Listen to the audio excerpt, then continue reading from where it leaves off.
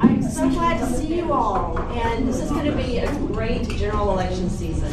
You know, we've got some opponents this year for the general election. A lot of our elections are decided in the primary, and so this is really going to give us a chance to, you know, get out there and give them a run for their money, show them what we're made of, what we believe in, and so that's why we thought that this day and this meeting was going to be so important for setting the tone of the rest of the year. So, alrighty, Jody McNally is going to bless our meeting. Father God, I thank you so much for today. I thank you, God, for your blessings. I thank you for your love. I thank you for your grace and for your mercy. God, you have chosen to allow us to live in the greatest nation in this whole world. And Father, may we never, ever, ever take that for granted. But could we please uphold your principles? And Father, that the Republican Party's principles would always align with yours. And God, I pray for all of the candidates today, that no matter how it turns out, that we will join together, we will unite as one party, and we would support the candidate who has been chosen to run in the general election. And God, for those that today is their general election, please give them grace and mercy. And God, there's no losers, because the people who put themselves out there, they're winners. And so God, I just pray that you would bless them too. And thank you for the food. Thank you for the provisions to even allow us to purchase food. And God, I ask that you bless it. Be with this meeting. Father, just be all over it, and that you would be pleased with the conversation. For it's in Jesus' name I pray. Amen. Thank you, Jody. Please stand for the Pledge of Allegiance.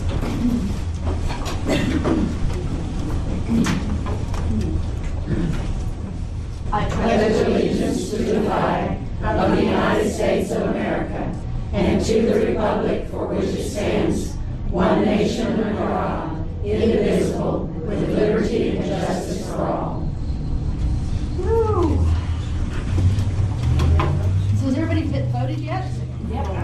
Anybody not voted? Yeah, we voted. Afterwards.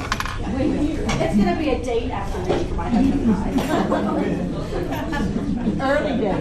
An early day, yeah. So wait till 7. Well, we have such an incredible meeting today.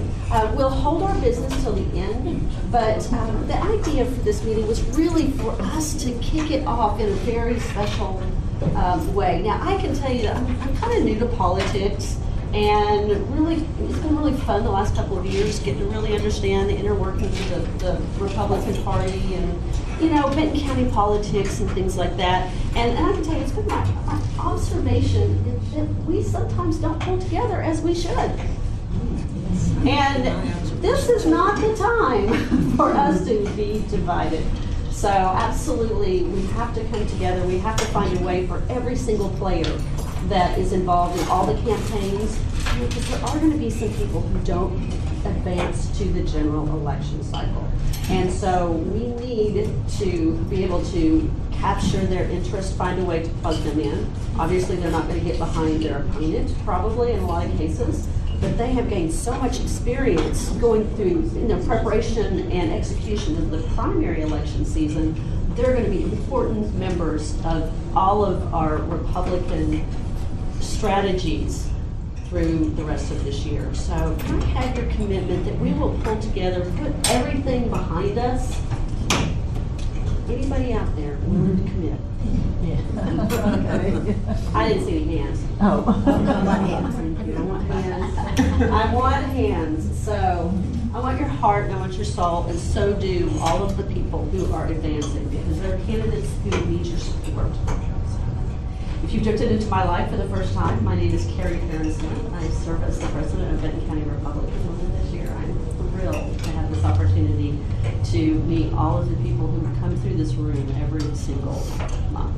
So, now, without further ado, I will turn this meeting over to our first vice president and programs chair, Donna Hutchinson. Thank you.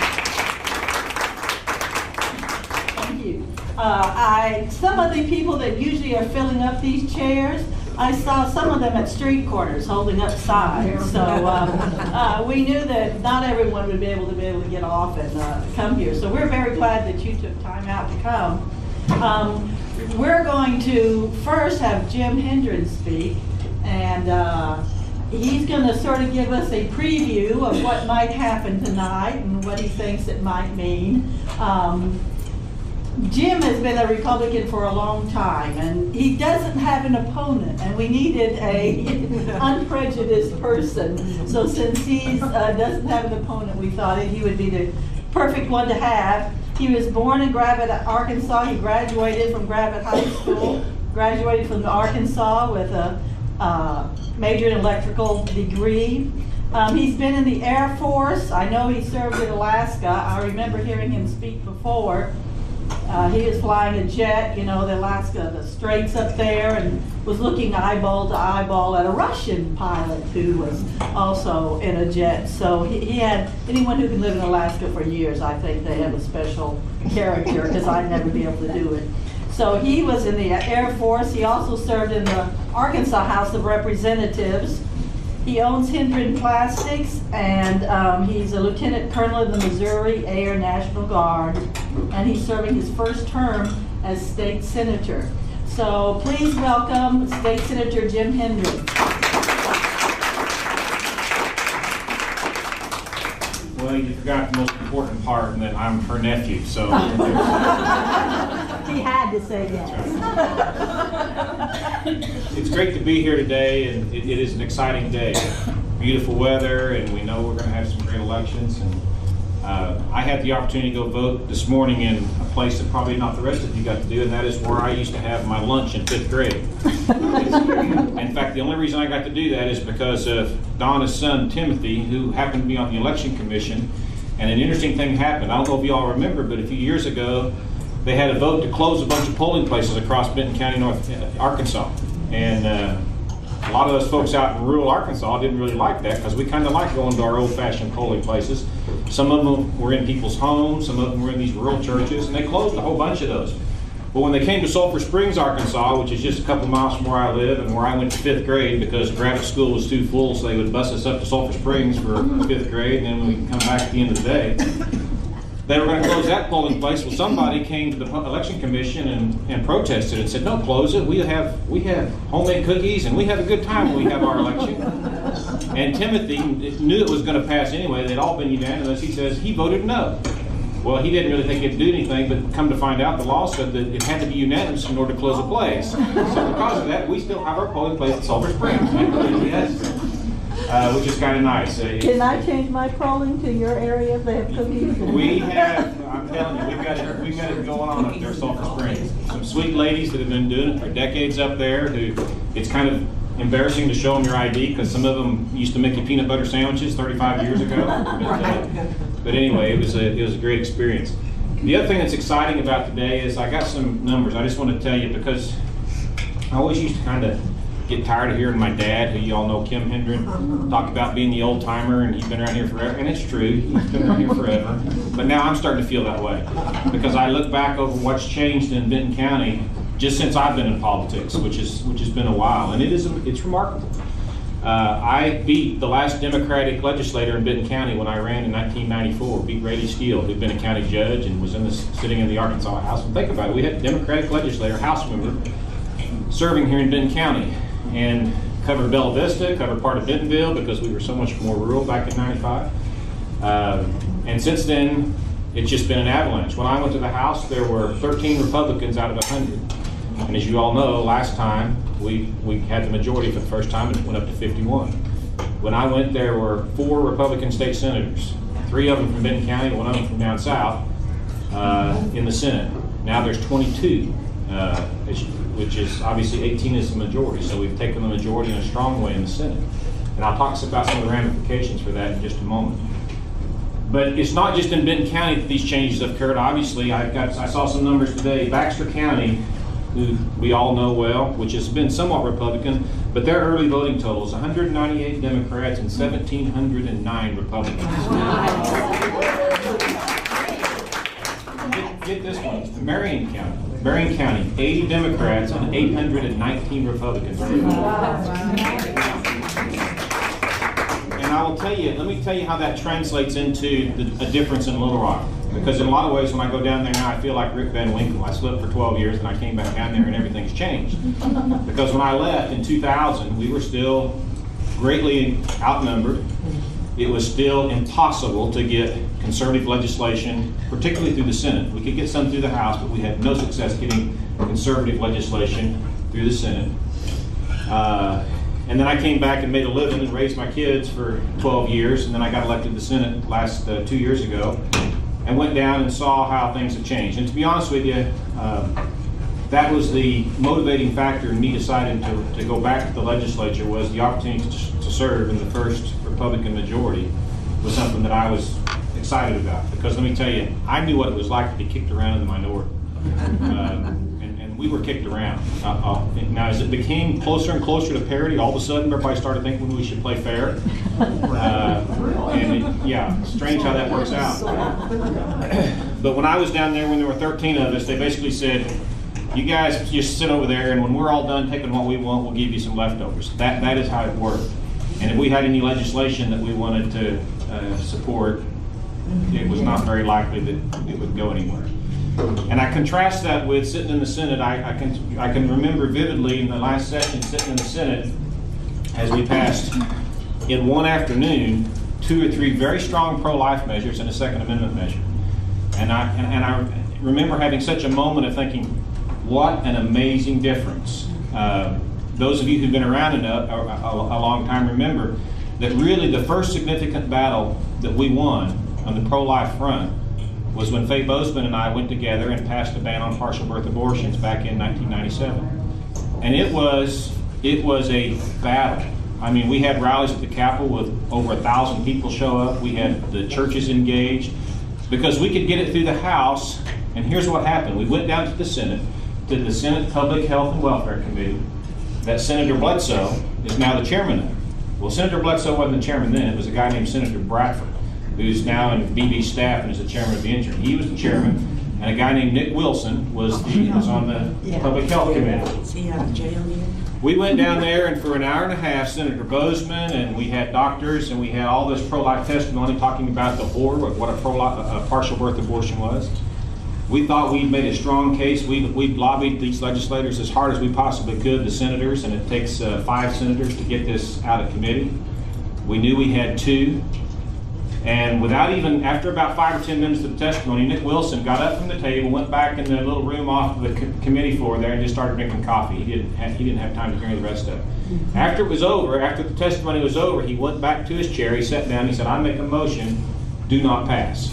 Now, it's one thing to let a bill fail. It's another thing to put a hostile motion on it, which is what a do not pass means, which means then it takes 2/3 of the vote to get it even out of committee. So he didn't want to just kill it, he wanted to kill it really bad.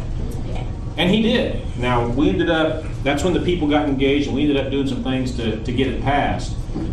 But I had such vivid memories of it was almost futile to try to pass these socially conservative pieces of legislation because there was no way they were going anywhere in a legislature so overwhelmingly controlled by Democrats.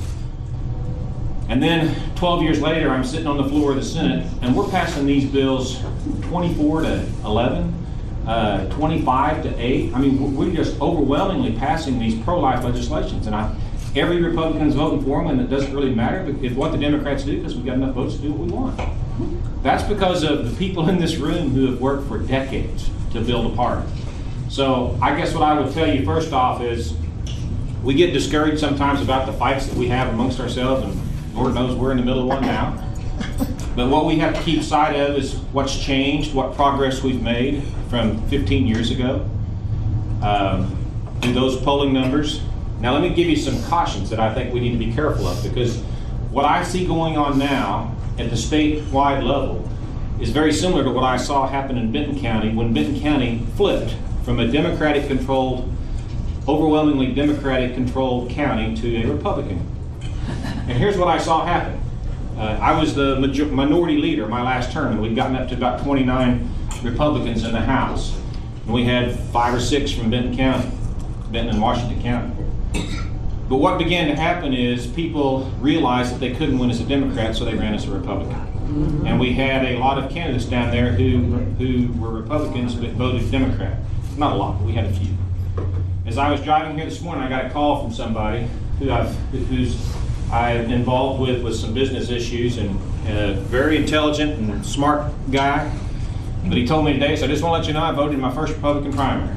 And I said, well, I can see why. There's nothing going on the other side. And he said, well, that's really true. He said, if I want to have any impact, I've got to vote on the Republican primary. So what I want you all to realize what's happening here, while we are excited that all these people are voting Republican, we have to also keep in mind, we got a lot of Democrats going to come vote in our primaries.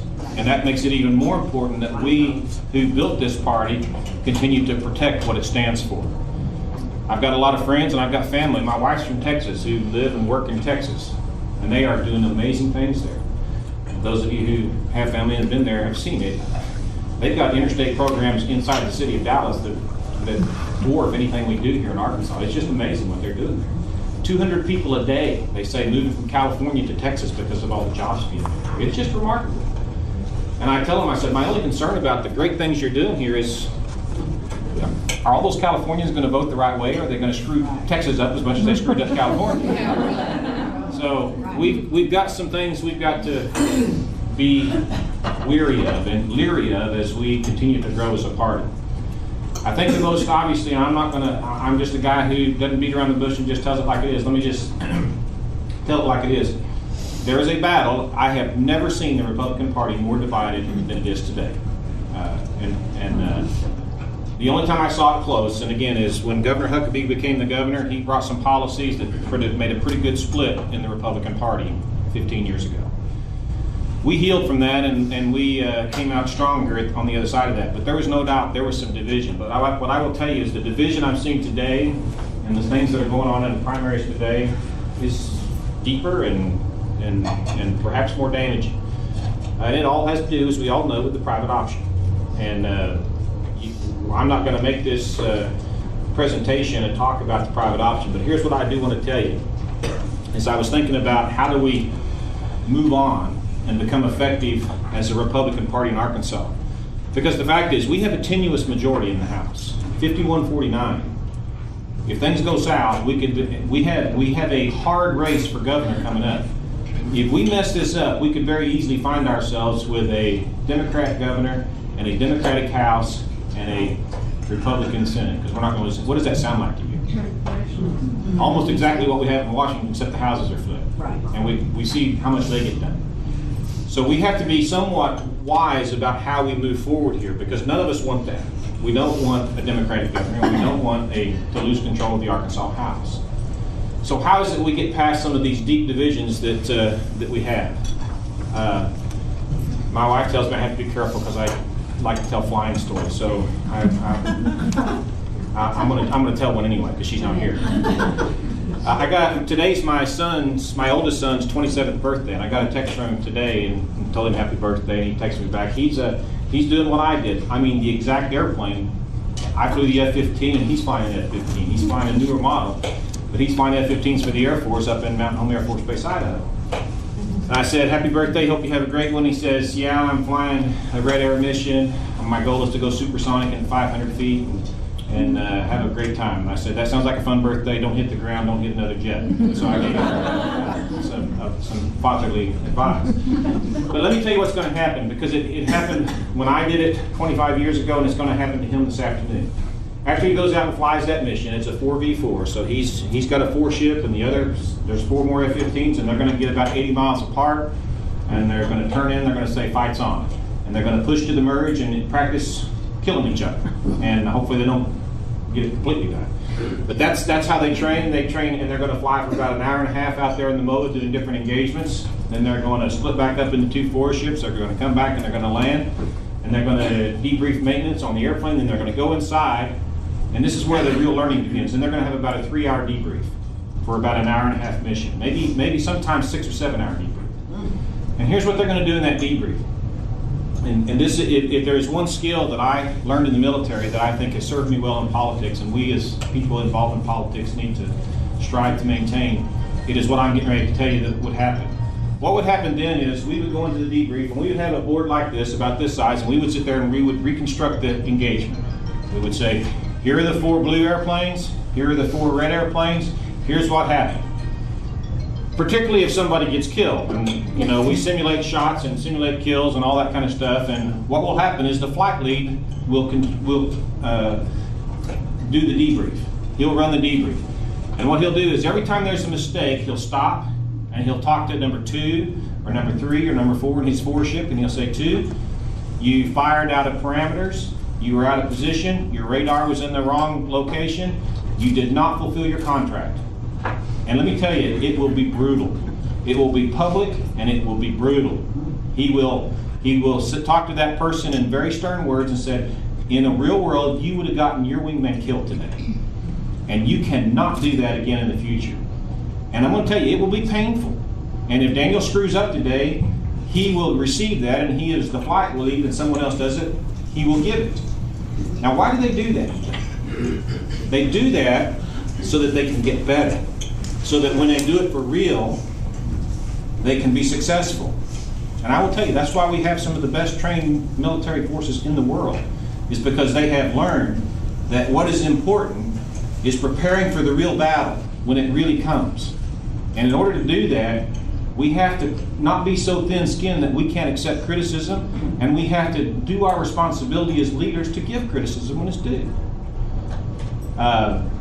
And I will tell you, sometimes it drives Tammy crazy, because it just doesn't bother me when people tell me how stupid I am, because I've heard it so many times before. Somebody tweeted the other day that I was insane and completely stupid, and I just chuckled. And she says, how does that not bother me? I said, because I have learned that it doesn't matter what some people think, and I have learned when it is people that it does matter to listen and try to make me better. So here's the lesson for that flying story that I had to find a way to work into this thing is, here's what my challenge will be to us Republicans. We've got some strong disagreements on a fairly serious policy issue. We've got some strong disagreement in some heated primaries. But here's what we all have to remember is, we need to have a heated primary. We need to air out the issues. We need to make ourselves better. But at the end of the day, we have to remember that the real battle is in November. It's not with each other. The real battle is that we maintain Republican control of the governor's mansion, or that we get Republican control. The real battle is that we don't lose control of the Arkansas House. The real battle is that we don't begin a decline of the Republican gains that we've made in the Senate. And sometimes that's not easy to do. There are some people in our community, when we would have those debriefs, who couldn't take it. And they would get mad, and they would say, I refuse to listen to that, and they would not succeed. Many of them would be eventually pushed out of the community. Because if you're not going to get better, and if you can't put things in perspective, you will not be successful. We have, I think, one of the most important elections in Arkansas history coming up in November. Not just for Arkansas, but for our nation. I mean, we cannot afford to continue spending and to continue the irresponsibility at the national level that's going on. What happens at the state level, what happens as we as a party function, is going to have a big impact on whether or not we have Senator Mark Pryor or Senator Tom Cotton. And what happens if whether or not we have Senator Tom Cotton or Senator Mark Pryor can have a big difference on whether or not we have any kind of restraint in how this budget is managed. It's going to have huge implications for our country. We don't sometimes realize the importance of what we're doing here in Benton County has in Little Rock, and the importance of what we're doing in Little Rock might have in Washington, D.C. I was visiting with the ladies before. That's why I'm saying I'm getting old. I'm one of these people now who sit around and talk about our grandkids. And if anything, I have 3 now. And if anything, that has made me more determined and more focused that what we're doing is important business. There's no question now, the studies are clear that the generation that follows us is going to be the first generation that lives shorter lives because they're less healthy. They're more obese because they're less healthy. And you know what is, to me, the most tragic? Not that they live longer, that they don't eat as healthy, but that they're not going to have the kind of living standard economically that we have because we're spending all their stuff. That's what the Republican Party is, I think, trying to battle, and we have to keep that in mind. We have to have our stern debriefs, we have to have our hard primaries, but after it's over, and what I used to love about the military community, and still do, after it's over, those people who were so hard to each other in that debrief will go down to the officers club and have a good time visiting because they were friends and they knew they were on the same team. And that's what I'm going to ask us to all do. We're in the middle of a stern debrief period right now, but we've got a hard election coming in November, and we've got to work together. The price is too high for us to fail. So that's my motivational speech, and as Donna said, this is the first time I've been in office when I didn't have to run for re-election. Actually don't have an opponent. I drew a 4-year term, so I don't have to run until 2016, so this is amazing. I get to sit around and watch all these other people. Now, it won't be so amazing 2 years from now, but it's okay. So that's all I've got. If anyone has any questions, I'll be glad to take a few, or if not, yes, ma'am. I don't have any questions. I just want to make a comment. On behalf of the military, thank you for carrying the bill for the tax burden on military. Great. Well, let me tell you, thank you. That outside of the social legislation, and I talked to this when I talked to the county committee, is you talk about your work to build a Republican Party. Let me kind of give you the behind-the-scenes story about that legislation. What she's talking about there is, when we came down there, it became clear that the Republicans were going to cut taxes. And initially we said we're going to cut somewhere between $60 and $100 million worth of taxes. And as you know, it all got bottled up at the end of the session because the governor said we're not going to do any tax cuts until after we decide we're going to do the private option. Well, I went to the chairman of Revenue and Tax, who last year was a Democrat, but because of the majority change was a Republican, and happened to be Republican Jake Files, who I served with in the House 15 years ago. And I said, Jake, I got a tax bill that I'd like us to look at before we start talking about dropping the rate by 1/8 of 1%. I said, why don't we take care of the guys who've been fighting for the last 11 years in these wars? I said, all the states surrounding us give some sort of tax relief to these active duty military. He said, well, give me the numbers. So I ran the numbers and found out it would cost about $7 million a year, which to me is pretty cheap when we're talking about $60 million worth of tax cut, and it's the right thing to do. So Jake said, I'll support you with it. And so I began the process of going around to my other Senate colleagues and saying, you want to be a co-sponsor of this? This is going to be a great thing for our military families. And I went up to the chairman of Joint Budget, who is a Democrat still, and who would have been the chairman of Revenue and Tax, and I said, Larry, you want to be on this bill? He said, no, what is it? And he looked at me and says, no, and said, it ain't going to pass anyway. I said, what do you mean it ain't going to pass? I said, I think I got pretty strong support. And he says, and he'd been around there, he would have been the president pro tem had the party not changed. He says, I'm just telling you, it ain't going to pass. And I said, Larry, that sounds a little bit like a challenge. And he says, you call what you want, I'm just telling you it's not going to pass. And I said, okay, well, we'll see. And I will tell you, if the Republicans had not been in charge, it would not have passed. Period. Period. It would not have happened. That saves a lieutenant in the Air Force $1,500 a year. It goes back to their family. That saves a sergeant $1,000 a year that are residents of Arkansas. And you got to realize these military residents are all over the world. We've got Arkansas residents serving in Kadena and Okinawa right now, who are getting a tax break because of what we did in Little Rock. So I appreciate that. I cannot tell you, and I will tell you this, they tried, we deferred most of these tax cuts until, which made me mad. It's kind of like we went to the governor and said, we want to do all these tax cuts, and he says, okay, you can do them, but don't make them effective until 2015, after I'm gone. So you can spend as much money if you want of somebody else's stuff. That's kind of what we do. But I refuse to let them defer this one, and it went into effect January of this year, so it's already in full force. Any other questions? Thank you all. Appreciate your work. It's an exciting day for our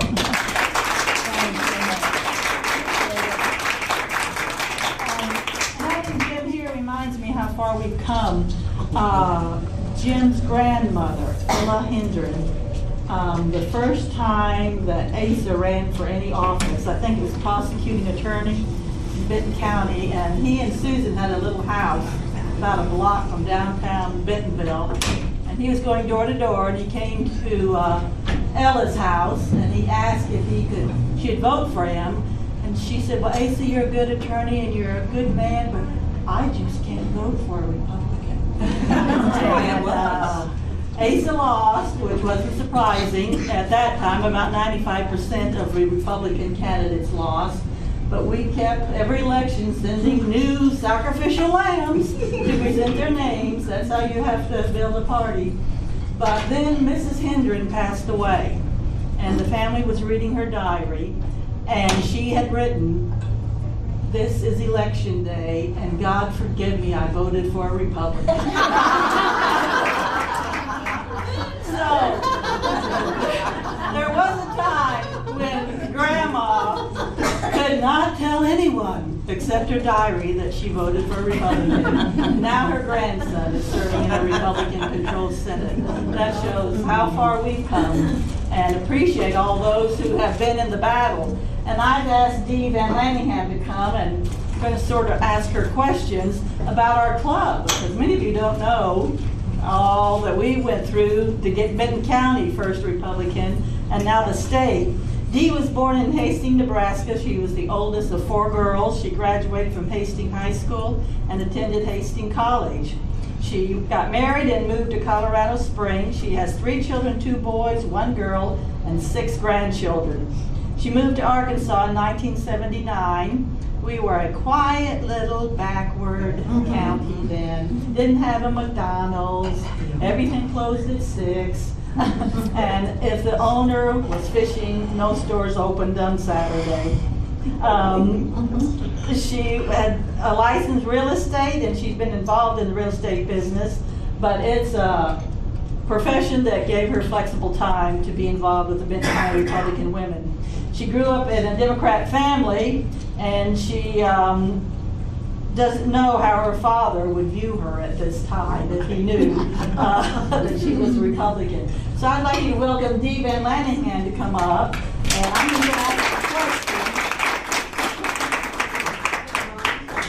You sit in that chair. This chair? No, switch. Switch? Okay. I'm I'm just the voice.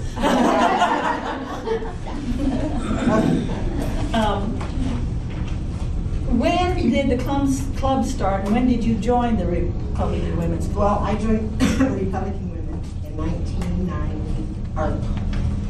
92. But our club started in 1964. Speak up. Okay. I joined in 1992, but the club was formed in 1964. And we were the only Republican Women's Club. Right, at the time, we were the only one. And I think Phyllis Schatz probably can give a little better idea of how it worked when it was first formed. You don't want to cut me loose. Right? You want to cut me loose? Listen, when you get to the financial thing, I want to talk Yeah, about I'm the gonna let okay. Phyllis show when we become a fundraiser. Okay, I joined in '83. Okay. We moved here in '83. How many elected officials did our party have at that time? When I came in, I looked at some of the information that I had. It's around 21. Across the that we state? had. No, just in Benton County. Okay, Benton That was County. Benton County, across the state, I don't know. Okay. In so- 70s. Far, far less than we. What year was that, 79? No, when I came in 92, Okay. we had around 21. The majority of the offices that are available to vote for, we had. So by then, the county had gone Republican, you would say? Yeah. Yeah, okay. What was the main goal of that club then at that early stage? The Republican Women? Uh-huh. Well, in Benton County, it was to make it Republican. And only a few of you know who June Pelfrey is. But she is celebrating her 99th birthday, the 1st of June. And they're having a party for her. But she was one of the major players when the club started. There were about 5 women that worked their hearts out to get a Republican elected. And you know, like Donna said, there were sacrificial lambs before we got one. And what was the man's name? Yates? Was it Joe Joe Yates, Yates? Wasn't he the first one? And was elected? think assessor was the first one, or was Yes. Joe the first? I think assessor was the first one that was elected Republican. No one was paying attention to the assessor. Quietly snuck it in. Yeah, And then I and think Joe became a senator, a state senator. So that was the beginning of building what we have now. And it was the only county in all of Arkansas that was doing it. The others were struggling. Most everybody was Democrat and a Republican. Truly, there were areas in Arkansas that the Republicans voted in a box on a tree. They did not vote in a regular place. Didn't have a Republican primary. Yeah, no primary is true. And it wasn't that long ago. To some of our new members, explain the point system and the awards of the National Republican Women's Club. I brought it's the Achievement Award. And this right here is the pin that was given to our club when I was president. And Phyllis has one when she was president. The Diamond Award is the highest. And I think there's 5 different levels. Anyway, through the year, we do the things that they ask us to do, like our club held at least 5 meetings in both 2012 and 2013. Okay, well, if you did that, you get 3 points. And you go through this whole thing. Each category covers a different area that they feel is important for you to have in order to have a successful club. And there's, of course, the membership development that's vital. The programs that you have to keep people coming, that keep their interest so that you want to come to the meeting. Campaign activities, which everybody gets involved in one way or another. And community relations, so that we have a connection with whatever community you're in. And does that answer your Yes, question? because we mentioned it, a lot of people don't know what we're talking about. I think we have a club that a man is president of. Okay. I know we have a lot of men that attend. It's a Right. men's club. It's a men's club. Yeah, but okay. it's not affiliated Oh, with with us, Republican okay. Women, so. Okay. Only. I knew, all the other clubs are just starting, some around the state. We used to raise a lot of money. That was, besides electing Republicans, we used to raise a lot of money. Now the law has changed, and for us to hand out money, we have to become a PAC.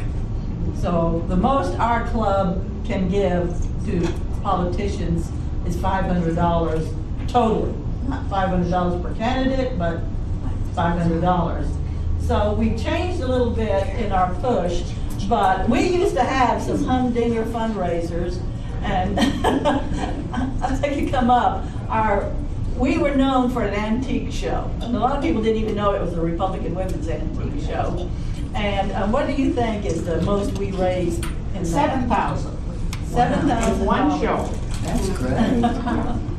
And we had 2 or 3 ladies who could do this in their sleep. I was known as Antique Phyllis. Okay, this is a picture of our 25th anniversary. I'm going to pass it around. Margaret Matthews was one of the original dealers 25 years before. But she had to get her license to be an antique dealer in her husband's name. Because in Arkansas, a woman could not get a license. Pitiful, huh? I'll pass it around. It was. All right. We did everything except sell our bodies to get money. Nobody wanted us.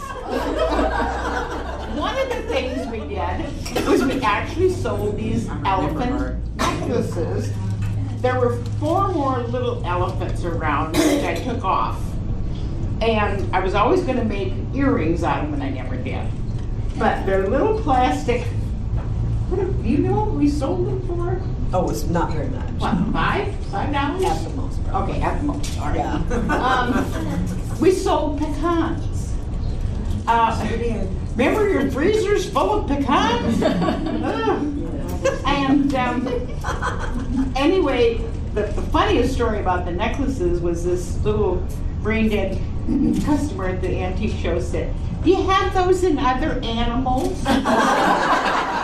And I said, "What did you have in mind?" And she said, "Well, I like a donkey." That would be the last thing we That said. would be the last.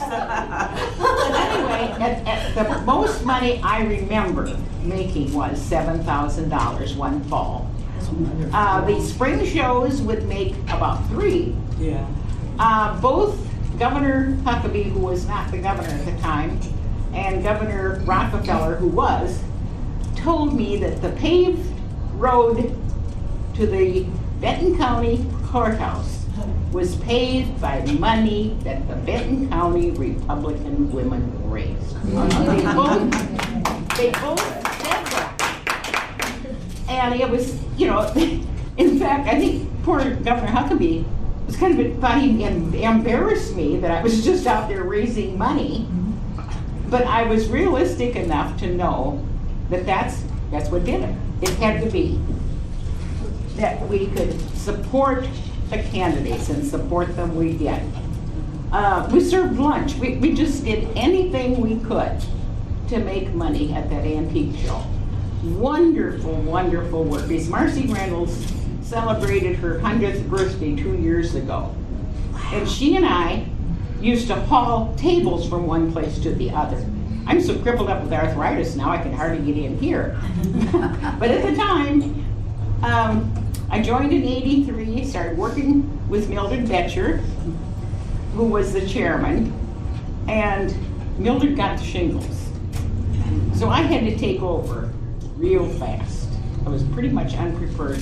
My husband said that I worked 40-hour weeks.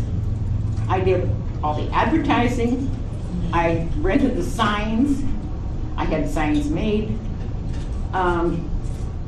sent out all the contracts, and, you know, scoured up dealers.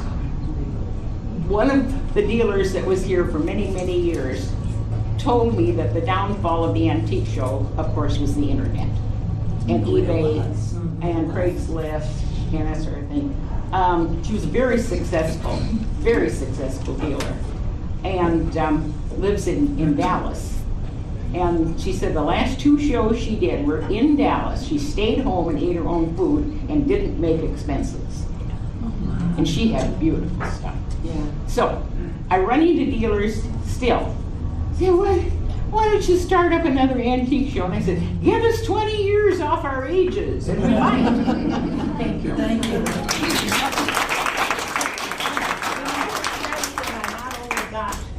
The club got the Diamond Award. But here's a bunch of my stuff that I wore to the convention in New Orleans, and it was so heavy I had to hook it through to my bra strap. A funny thing happened as we were helping candidates to run for a Republican Party. We, as ladies, learned how to run a campaign. You bet. That's how you learn how to run a political campaign. You help others. Do you remember any of the ladies who were members of our club that eventually ran for office? Yeah. You had mentioned Deborah Hoff, she's running right now. Marge Wolf is also running. Vicki Bozeman, Donna, and then I added Cecile, Linda Bisbee, and Marge Wolf. That's hard on your membership when they leave. Was Linda Bisbee a candidate? She did it one time. Was Teresa Parkhurst a member of this club? Yes, she was. Teresa too. So, working in a club, you learn a lot. And you learn how to do it the right way, and you learn how to do it the wrong way. Yeah. But you do it at the candidate's expense. Rita? I'd like to make a comment about President Phyllis Schott, because she was absolutely one of our most outstanding, because when she was president, we sent 5 women to the national convention, including Cecile Bledsoe. And her husband. And we paid for that. Part of our objectives is to educate our women. And so Phyllis really pushed that we pay registration for 5 women. I was one of the 5, Cecile, she went. We had a wonderful time. We learned a lot in New Orleans. We did. The best speech there was Gingrich. He was wonderful. And then the other outstanding speaker was the gal from New Jersey, or, Whitman. yeah, Whitman. She was a very good speaker. Well, thank you.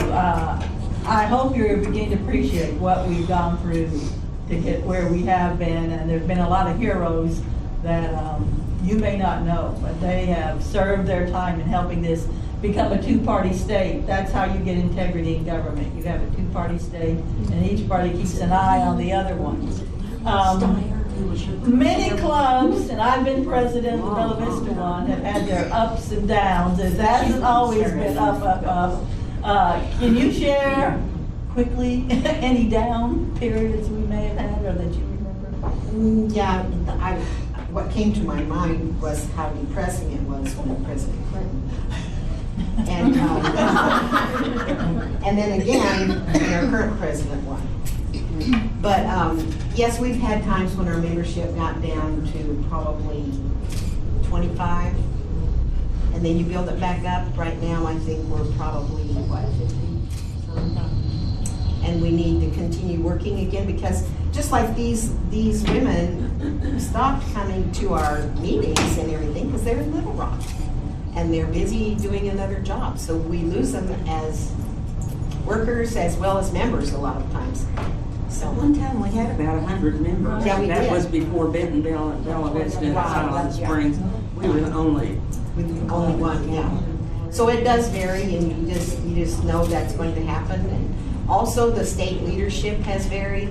We've had some years where it's been really strong, and they help you as a club, and you feel like you're one big unit. And there's other times when it's not that way. You struggle just to keep your own identity here in Northwest Arkansas. So In my 98 book, we've got about 125. okay, I think that was about peak. probably. Yeah. One of the positives, but it could be a negative, it's just like having your children grow up and leave. Bella Vista Club and the Bentonville Club and Siloam Spring, that's part of the children growing up and leaving home. So it's a good thing, but you also miss those numbers. I remember a time, Jim mentioned one time when our party was a little bit fractured. I remember after the Tommy Robinson and Sheffield Nelson. Oh, yeah. It was a knockdown, drag out, horrible event. And I remember I was attending the Bella Vista Club then, and I was involved in a campaign, and Teresa Cochran was involved in her campaign. So we weren't involved in the governor's campaign with Tommy Robinson and Sheffield Nelson. And we were the only people after the election that the other women would talk to. I mean, they were not talking to each other. It was such a horrible race. And the club asked us, I'd be president and Teresa would be vice president. And I told Teresa, the point system that Dee shared with you, I told Teresa, you have to send that report, and they keep the report in the headquarters at DC. And I told Teresa, we're not going to win anything. We're not going to win any awards. But by the end of the year, the ladies will be talking and we'll be friends and we'll be gung-ho for the next election. So sometimes I feel like writing a letter and saying, could you put a PS on that year? Teresa and I look like really pitiful officers because we didn't get anything accomplished much as far as awards. But it took almost a year for that to heal and for everyone to get. So it was funny. The thing that hurt our party the most wasn't what the Democrats did to us. It was what we did to ourselves. And I always try to remind myself on that after a primary. Why have you remained loyal to the club? And you've always been active and Well, I had to think about that too. I put down here that it gives you the opportunity to get information that you would have a hard time getting otherwise. That's right. Because it's not in the newspaper, and it's not easily found out. And so we have speakers like having him here today. It's really informative, and you don't get that other places. So that was one of the things. And I also enjoy the friendships that I've built over the years. And it gives you contact with some of the most influential women in the United States.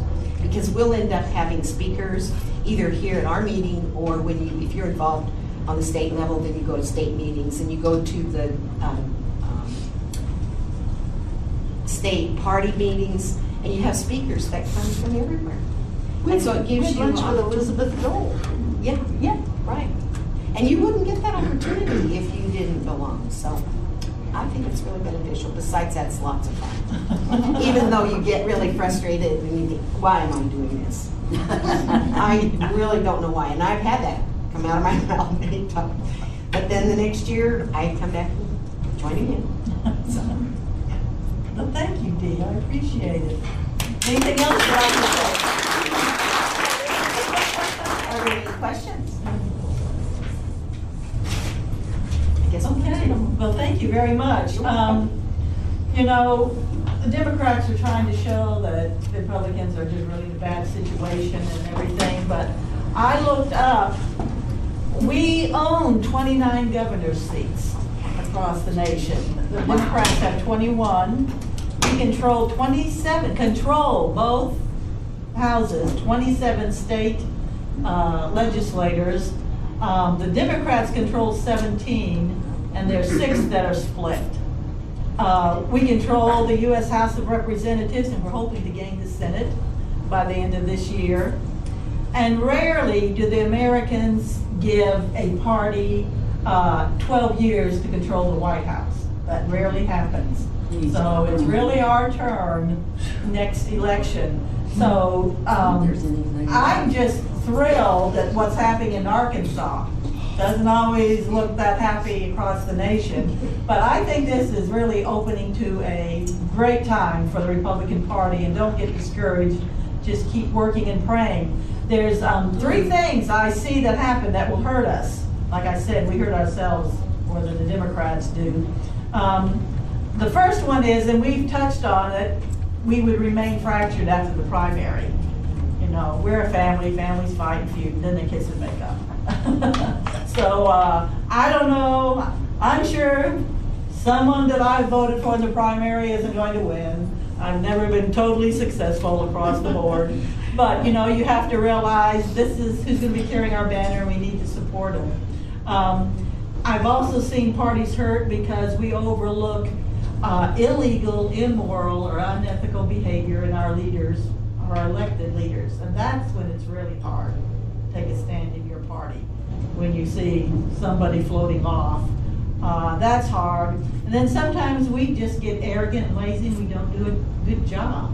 And that's the other thing we have to be careful. We had to stand on our toes to get where we were and climb up the mountain. But now that it looks like we might take control of this state, we got to remember those 3 things. Someone came and asked me, do you think the American people want a big government or a small government? And I said, I don't think they think that way. They want a government that works.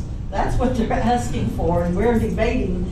But so encourage our Republicans that are elected to remain loyal to our principles, remain loyal to the law and the good ethics, and work very hard. Work harder than your paycheck says you should work. So let's remember that as we go out. And I appreciate Dee coming and walking down memory lane with us. But we've got a whole new era that we're opening up this year. So let's enjoy it and let's keep working. Thank you.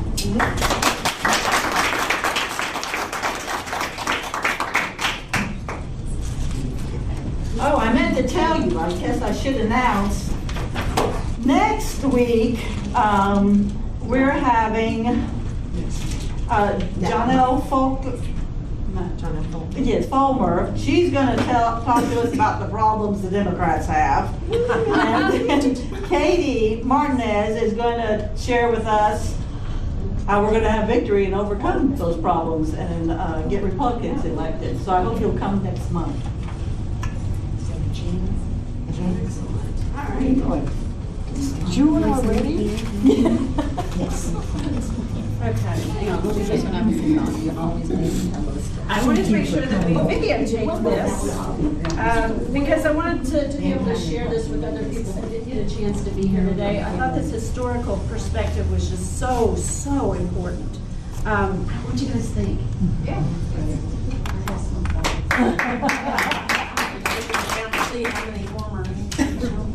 You know, that's the thing. I just don't think we get excited enough about Republicans in a room. I'd like to see that change. All righty. Me, I think the three. Okay, I am note-free, so I'm going to kind of wing this if I forget something. Did you leave the door? What you're going to tell me about is really important. So, as we transfer to the business portion of our meeting, I will tell you that we are business light today. We've had some challenges. Everybody on our board has either had a death in the family or some kind of heart procedure, or their house is in the middle of renovation. It's insane, and I believe in people above important, like, paperwork stuff. So we'll get that stuff caught up. I promise we'll do that, but I just believe that people are more important. So I hope you guys will understand if we miss the minutes and some things like that. So. Do we have any new first visitors? I see a few new faces. And that was Marlene. Who is new? Tell us who you are and how you heard about us. I'm Sheriff Monahan, and I have a very real interest in politics. I wish I'd majored in college on political science.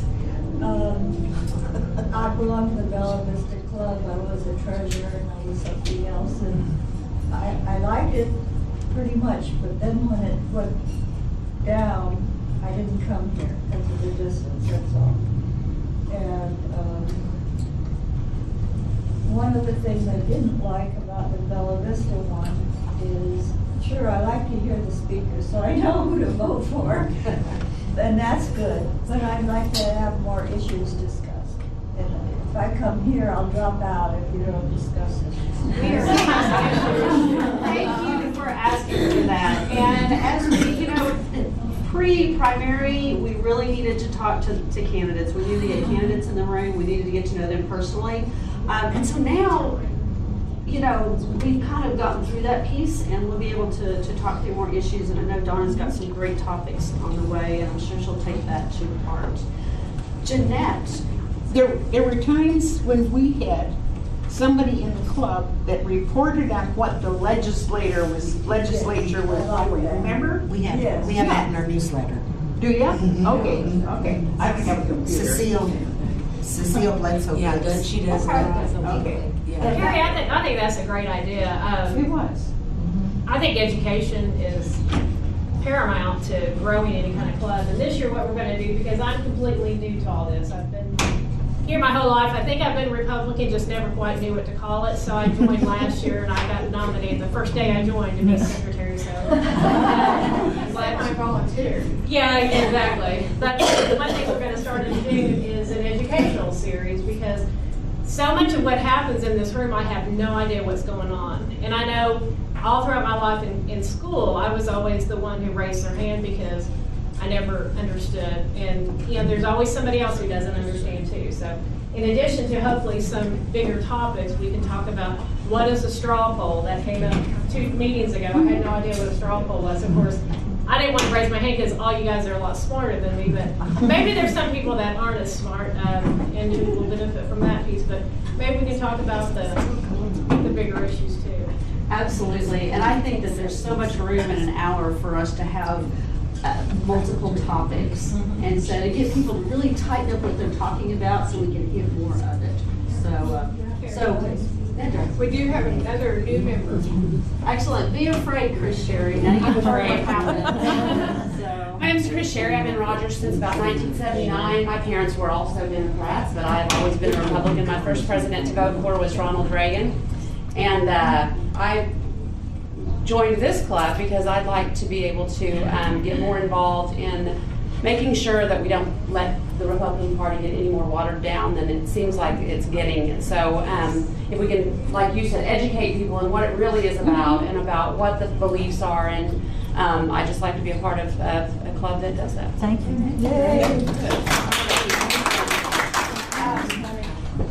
I just wanted to say that I have seen a lot of new faces in this room today, and I want to implore you to join.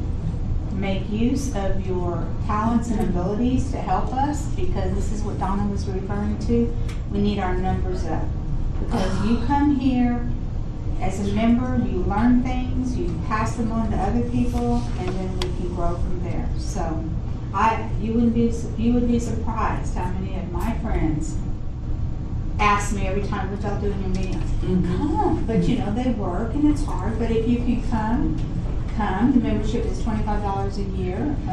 Associate membership is $15, and we have some membership pamphlets at the table, so pick one up. Congratulations. Welcome. We're thrilled you're here. And remember, we have another first-time guest. excellent. I'm not really a member, I'm just visiting today. We're glad you're here. Yeah. Glad you're here. Glad to be here. I've been a Republican all my life, but I've never joined a Republican club. You know, I didn't even know they were available until this year. I didn't either till 3 years ago, so we're on new ground. Well, consider joining. It's awesome to come and actually be able to talk to people and hear things that you believe in and never quite. Yeah, it's helped me a lot on deciding issues for this, and people I want to vote for this election, because I have come to a lot of the meetings at her invitation, not necessarily the club, but just I went to hear different ones speak, and I'm really glad that I did do that this year, because it's really helped me know what I'm personally looking to vote for and wanting to see and change. That's the most important, educated voter. Isn't it just so much nicer to go to the polls and not have to go, well, let's see, one of them's a woman. Their last name is Smith, mine is Smith. For those of you in the know, who know what things like straw polls are, you're probably going, oh, people never do that, but we do we not, Denise? It's true. So, Jody. Could I give an update on my boss? I would love to hear that. Give us an update on Congressman He Bozeman. is doing wonderfully well. God has been he's been doing cardio rehab now and chomping at the bits to get back to DC so he can do what he was elected to do. He just needs to make sure he takes it easy, but Kathy's making sure he does that. So. Very good. And we are passing around a card. Did everyone sign the card here? Please sign that before you leave. And whether you know him or not. Also, Carrie, we had originally scheduled our fish fry for Saturday, June the 7th. Well, Walmart decided they wanted to bring Blake Shelton in to the new amp to kick it off with $5 tickets. So it worked out where we could change everything to Friday the 6th. So it's going to be same place, same time, 6:30 at Wardale Park. $40 per person, $80 per family. We'd love to have you. They cook fish on site, and it's a wonderful evening. Have entertainment. What's the name of the park, Jim? Wardale Park. It's on McClure Street. Not across from the school to keep going. It's in Lowell. In Lowell. So Wardale Park. We went. Off McClure. Okay. And I have hardly anybody has signed in. Pass it around again. If you are here, let's say president's over, those people that have not signed in, I want to make sure you're on our list because we keep in touch by email. But I definitely want to know everybody that was here today. It matters to me. So we're trying to build that, make sure we communicate things that we need to communicate. We give a scholarship. Yeah, we did. I would love to have a report on our scholarship. Last week, the Benton County Republican Women's Group, we sponsor a $250 scholarship to either Heritage High School in Rogers or Rogers High School.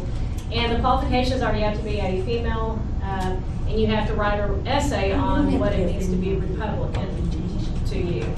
And we had 5 applications come in, and the one that we chose, the girl's name was Gina Britton. Gina, what impressed us about her essay is that, who knows, well, and after I met her, I knew that she wrote her own. You can never tell how much coaching the parents are doing, but she started off and she said that she's a Republican because she's talked to people, she's talked to both parties, she's made her own decisions, she's not pressured by her parents. And so for this 17-year-old kid to actually put that down on paper, that her ideas are her own and not anything that she just grew up with, we awarded the scholarship to her. And during the award, one thing I wanted to make sure, since we had a whole bunch of kids in the audience, and I said kids and young adults, but Compared to us, they are. yeah, exactly. But anyway, is to go out and vote. Doris Holke is who the scholarship is a memorial of, and she's was a long-term member and a former president. She died in, I believe, she's 86 years old. 2012, I think. Oh, yeah, she passed away. she and Jean Bradford spoke. And she did a whole lot to advance women's voting rights within the state of Arkansas. And Doris believed in voting, and she believed that you need to get out and vote, but to vote, you need to know who you're voting for. And I challenged all the people in the audience to use the internet. There is absolutely no reason that you can't go on and find out what Tom Cotton stands for, what Jim Hendren stands for. You can go do that. And then you can, if you want to, send an email. It's so easy to educate yourself anymore to do that. And one thing I heard on Fox News the other day, which I thought was amazing, and I heard part of the story and had to look it up, but in West Virginia, there was a 17-year-old delegate, girl who was running for state delegate over I don't know how old the guy was, he's running for his third time. She won the primary. And so in November, she's going to go against a Democrat, and she's slated to beat that person also. So 17 years old, she's going to start college in the fall. I thought that was awesome. So anyway, encourage young people to vote. Very good. Well, yeah, shame on me, I've not watched our time and it is 1:07, so I gotta wrap this up. Is there anything that I forgot? Watch party tonight? Watch party tonight at La Quinta. County committee briefing. Is it like any particular room do we know, or are they just gonna have a sign when we get there? Go in the lobby. Excellent, so when you walk into the lobby at La Quinta, La Quinta. Here on 102. I mean, not 102. And for all the old Dodgers like me, and you can't stay up till midnight to watch the absolute returns, just come and appear and have a good time and eat the food, and then you can go home. You don't have to stay the whole night. That's right, that's right. All right, well, if there's no other business, thank you for coming. Please, I welcome you to come next month. Your presence is valued. And if you're coming here for the first time today, please come back. Don't feel like you have to join today, but please think about it. So I'd be remiss if I didn't do membership altar call every single month. You guys have a great election day, and go get them.